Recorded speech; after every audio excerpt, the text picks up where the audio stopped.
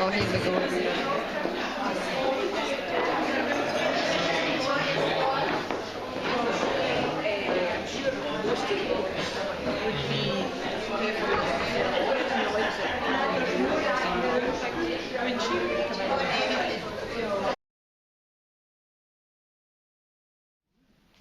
Should we get the adults to join in with us? No. Always.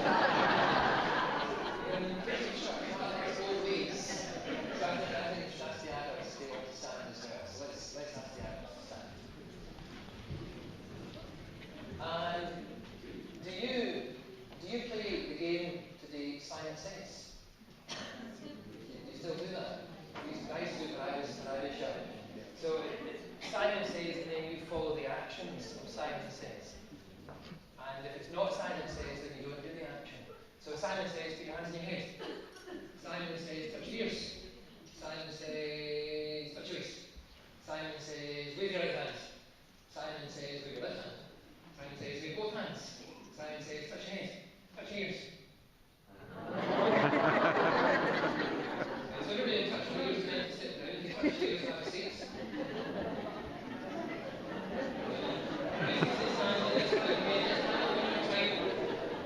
Simon says, pray. Simon says, sing a hymn. Simon says, praise God. Simon says, hold your heart. Simon says, pray. Simon says, sing a hymn. Praise God. Touch it. Everyone has seen this now. Thank you for joining me.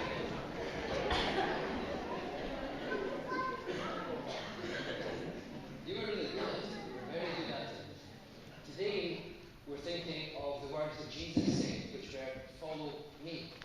He says those words to lots of different people in the Bible. On one occasion, he says it to a group of fishermen.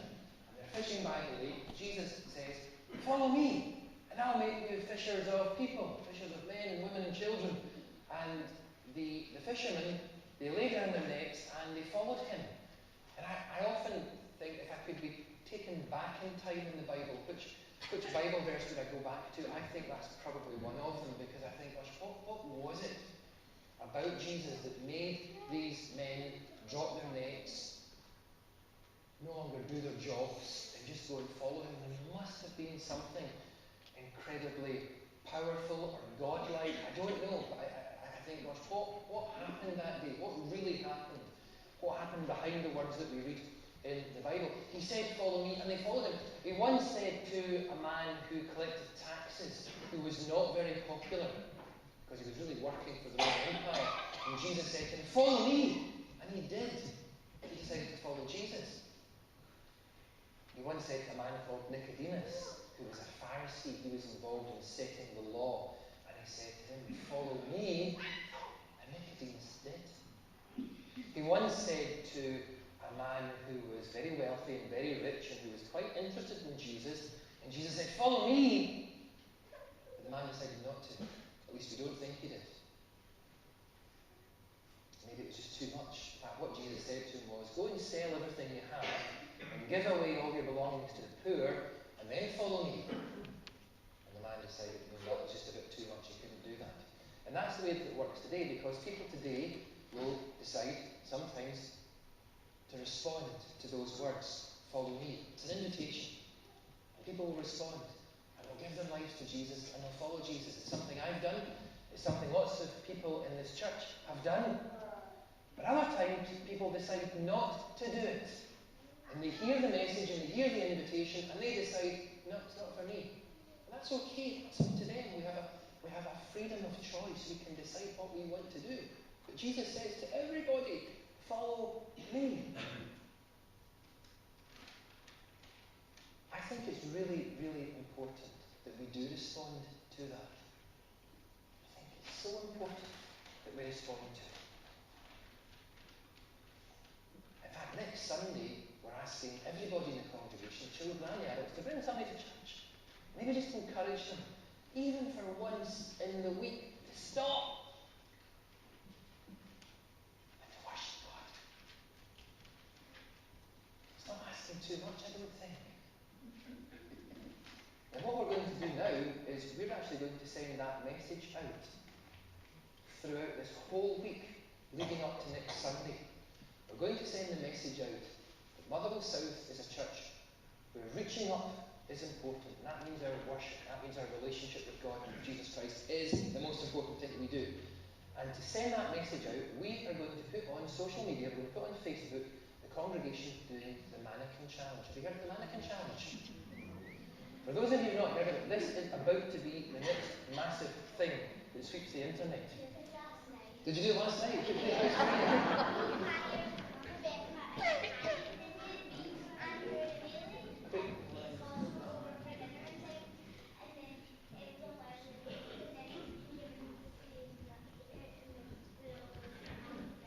So we get in somebody's house. Right, so you know all about it. So for those congregation who haven't heard about it, we've had the Ice Bucket Challenge, we've had the, what was it, the press-ups? What was that again? I've forgotten. That was for soldiers, wasn't it? Who struggled with Gulf War syndrome. The Mannequin Challenge, as far as I'm aware, it's not for any particular cause, it's just folk are doing it. Hillary Clinton's campaign team did it 2 weeks ago on her jet. I noticed the Portuguese football team did it before their game last week. And I think Jamie Vardy's goal celebration against Spain, he did it for that. So we are going to do it as a congregation, and we're then going to put out on our Facebook page and on YouTube, Motherwell South doing the Mannequin Challenge. But the message behind it is really important. Don't forget the message behind it, because we are hijacking this to send out the message, stop.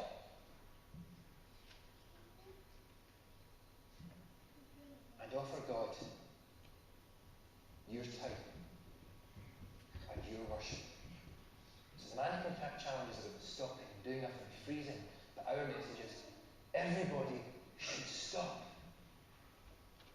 They all have busy lives. Stop and offer God our worship. So, what I'd like you all to do is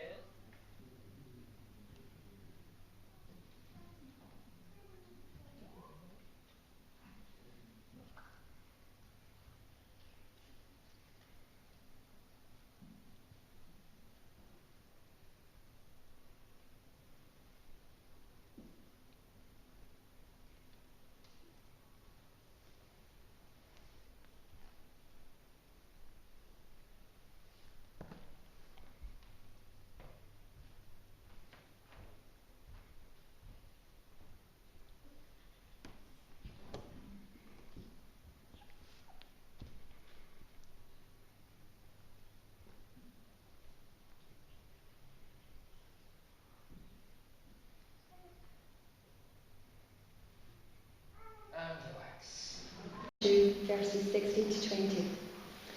Passing along the beach of Lake Galilee, he saw Simon and his brother Andrew net fishing. Fishing was their regular work. Jesus said to them, "Come with me. I'll make a new kind of fisherman out of you. I'll show you how to catch men and women instead of perch and bass." They didn't ask questions. They dropped their nets and followed. A dozen yards or so down the beach, he saw brothers James and John, Zebedee's sons. They were in a boat mending their fish nets. Right off he made the sail over. Immediately they left their father Zebedee, the boat, the hired hands, and followed. "Follow me," he said, and we did.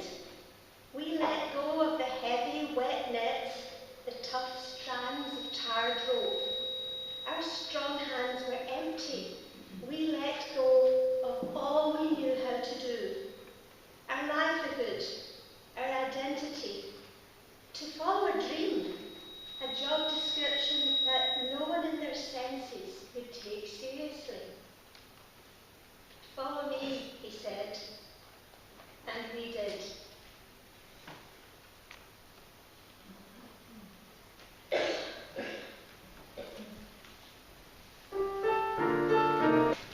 From Mark chapter 2, verses 13 to 17. When Jesus went again to walk alongside the lake, again a crowd came to him, and he taught them. Strolling along, he saw Levi, son of Alphaeus, at his work collecting taxes. Jesus said, "Come along with me." He came. Later, Jesus and his disciples were at home having supper with a collection of disreputable guests. Unlikely as it seems, more than a few of them had become followers. The religious scholars and Pharisees saw him keeping this kind of company and lit into his disciples. What kind of example is this, acting cosy with the riffraff? Jesus, overhearing, shot back. Who needs a doctor, the sick or the healthy? I'm here inviting the sin sick, not the spiritually fit. Follow me, he said, and I did. Tax collecting never made me popular, but it put a roof over my head and bread on the table. Bitter bread, because everything I did was loathed by others.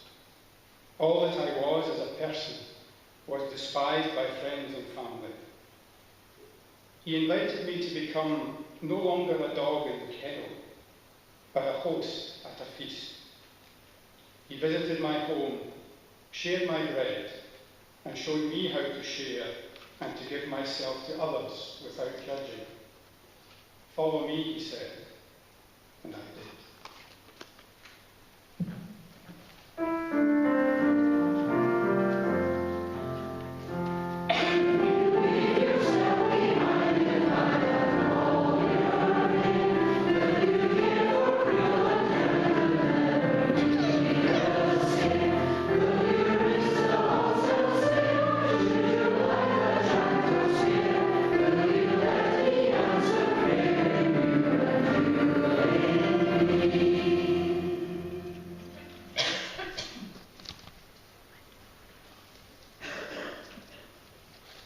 From Luke chapter 18, verses 17 to 22. As he went out into the street, a man came running up, greeted him with great reverence, and asked, "Good teacher, what must I do to get eternal life?" Jesus said, "Why are you calling me good? No one is good, only God. You know the commandments. Don't murder, don't commit adultery, don't steal, don't lie, don't cheat, honour your father and mother." He said, "Teacher, I have, from my youth, kept them all." Jesus looked him hard in the eye and loved him. He said, "There's one thing left. Go sell whatever you own and give it to the poor. All your wealth will then be heavenly wealth, and come follow me." The man's face clouded over. This was the last thing he expected to hear, and he walked off with a heavy heart. He was holding on tight to a lot of things, and not about to let go. "Follow me," he said, but I'd asked him about the next step in a journey of personal salvation. He reminded me of all the good things I already knew and did, so nothing was left to do. I was ready to go. "Now sell all that you have," he said. "Give it away to the poor." How could I let go just like that? How could I lighten the load and shed my responsibilities? How could I become someone I did not know? "Follow me," he said. With a heavy heart, I shook my head.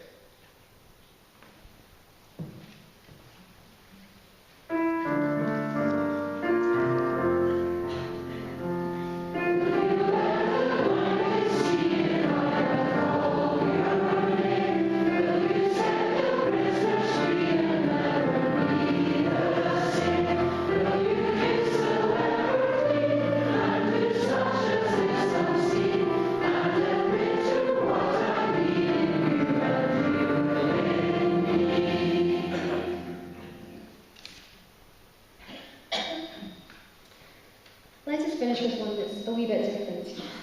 It's about a man called Nicodemus, but as you'll see, he's just like all of these people. It's also about you and me.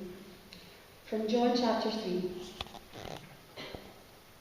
There was a man of the Pharisee sect, Nicodemus, a prominent leader amongst the Jews. Late one night he visited Jesus and said, "Rabbi, we all know you're a teacher straight from God. No one could do all the God-pointing, God-revealing acts you do if God weren't in it." Jesus said, "You're absolutely right. Take it from me. Unless a person is born from above, it's not possible to see what I'm pointing to God's kingdom." Well, to cut the story short, Jesus invites the Pharisee to follow him. And Jesus says this, This is how much God loved the world. He gave his Son, his one and only Son, and this is why. So that no one need be destroyed. By believing in him, anyone can have a whole and lasting life. God didn't go to the trouble of sending his Son merely to point an accusing finger, telling the world how bad it was. He came to help, to put the world right again. Anyone who trusts in him is acquitted. Anyone who refuses to trust him has long been under a death sentence without knowing it. And why? Because of that person's failure to believe in a one-of-a-kind Son of God when introduced to him. Imagine, just for a few moments, that you are sitting on a bus. If it helps, you can close your eyes if you want to picture it. It's an ordinary single-decker, and it's on a journey. Maybe going back to your home. There are only 3 other people on the bus. A woman who's sitting with 2 children near the front. It's about 4 o'clock in the afternoon. It's a dull, cold day, and you're glad for the warmth of the bus. You're enjoying the journey, daydreaming, looking out of the window, not being disturbed by anyone or anything. The bus stops. The mother and the 2 children get off the bus. Onto the bus comes an old woman. She's wearing a brown coat, a green hand-knitted hat. She's carrying a bundle of something. She pays her fare and she walks up the bus and sits opposite you. You can see beneath her hat that she has straggly grey hair. She's carrying a bundle of newspapers. She looks around and she notices that you're staring at her. Hello. You say hello back. As you look at her, you see that she has a weather-beaten face and blue eyes, lovely, deep blue eyes, and a face so old. She continues to look at you, and so you try to make conversation, and you point to the newspapers that she's carrying. Do you sell newspapers? Oh no, these are just a small part of my job. So what is it you do? I'm an angel. You feel as if you want to laugh. Maybe she's not quite right. You're a what? I'm an angel. Have you seen an angel before? No. Sometimes angels get dressed up in work clothes, like doctors or builders, podiatrists or even ministers. And sometimes they look like old newspaper sellers with grey hair and old brown coats. We don't always wear halos. You can hardly speak. What are you doing here? I'm doing what I always do. I'm bringing a message. Who for? For you. For me? Who's it from? From God. While you stare in disbelief, the old woman puts her hand into her brown coat pocket and she brings out a white envelope. She hands it to you. What's that about? It's the one thing you always forget. It's the one thing you need to remember if you're going to get anywhere in life. Pardon? It's the one thing you always forget. It's the one thing you need to remember if you're going to get anywhere in life.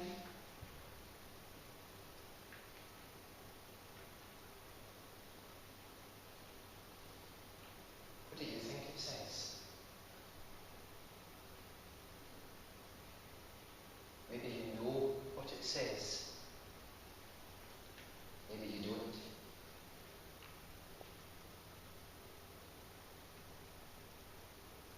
You look at the envelope the front of it.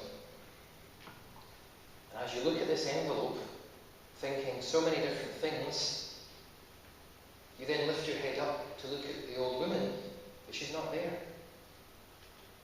The bus hasn't stopped, it's still moving. Maybe the whole thing was just a daydream. And then you see the envelope. And you begin to wonder what it might be. What is it you always forget? Maybe it's your prayers. Or maybe it's going to church. Or maybe it's to do with the folk that you keep on criticising.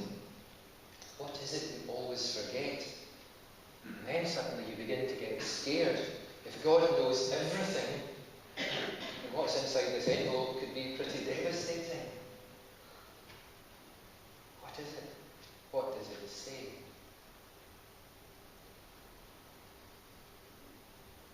Open it. It's in front of you. Take it. Open it. Pass it along. Make sure everyone's got one.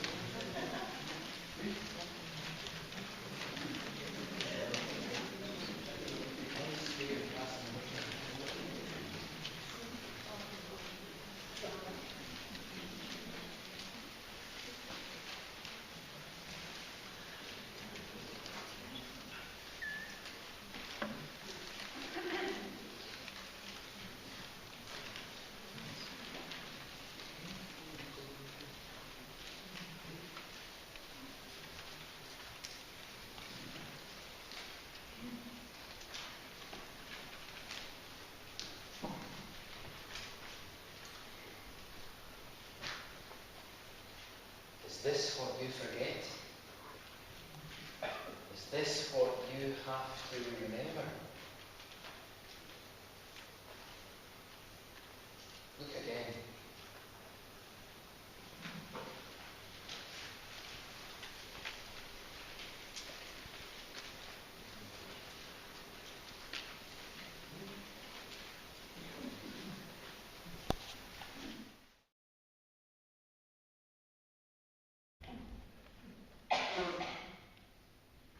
Gracious God, your way can sometimes seem like foolishness.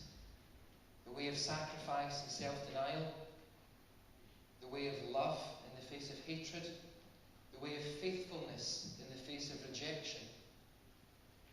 In the eyes of the world, the message of Christ crucified continues to look like folly. But to us, it is a revelation of your power and wisdom, a demonstration of your mercy and grace. To us, it is the most marvelous expression of your saving grace.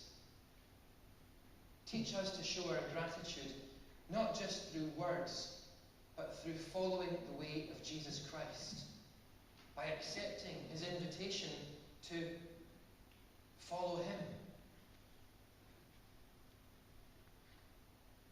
Lord Jesus Christ, whoever we are, whatever we have done, it is never too late to respond to your love. You are the one who forgives. You help us to pick up the pieces of our lives, and you enable us to start again. You offer a clean break to everyone who recognizes their need. You offer a new beginning in this life and in the life to come. And that is why we come to you now, seeking your help and your mercy. We know our weakness. We know our sin.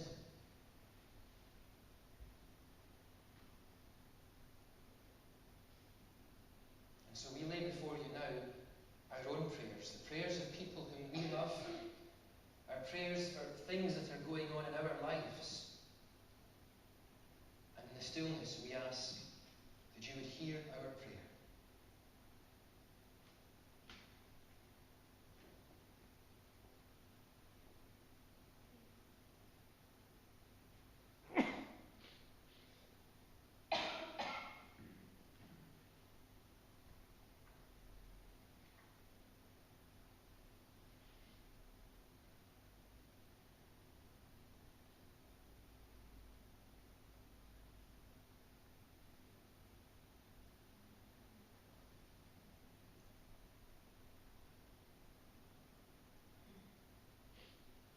Lord God, hear our prayers, and help us as we go from this place today to listen to you rather than the voices which surround us. Help us to stay close by your side and respond to your guidance. When we find ourselves lost, seek us in Christ, the Good Shepherd,